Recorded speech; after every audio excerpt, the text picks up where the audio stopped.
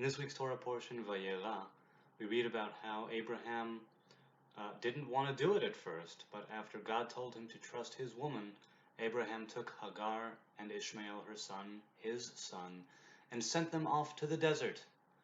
Now, it's not written in the scripture, but our sages teach us in the oral traditions that Abraham, well, let's put it this way, just because Abraham banished Hagar and Ishmael, it did not mean he stopped loving either one of them. So the Midrash, the oral traditions, teach us that sometime after the banishment, Abraham went looking for his son, and he knew where to find him, presumably. He reached his house, his tent, and Ishmael wasn't there. His wife was. And she wasn't very courteous, and she didn't receive him as a guest into her home. So he left. Ishmael came back. He found out what had happened, and he divorced, right? He banished that first wife, and he took on a new wife. Sometime after that, Abraham goes to visit his son. Ishmael isn't there, his wife is, and she takes him in. And she treats him as an honored guest, as any guest, really. He didn't say, I'm the dude's father, I'm your husband's father, I'm your father-in-law. He was just an old man from Canaan. And she took him in. Ishmael came back and understood what had happened just because he sent him off. That was the divine will and Sarah's will.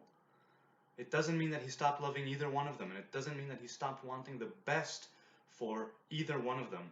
And when Abraham dies, that's in next week's Torah portion, when Abraham is dead, his sons Ishmael and Yitzchak, Isaac, bury him in Hebron.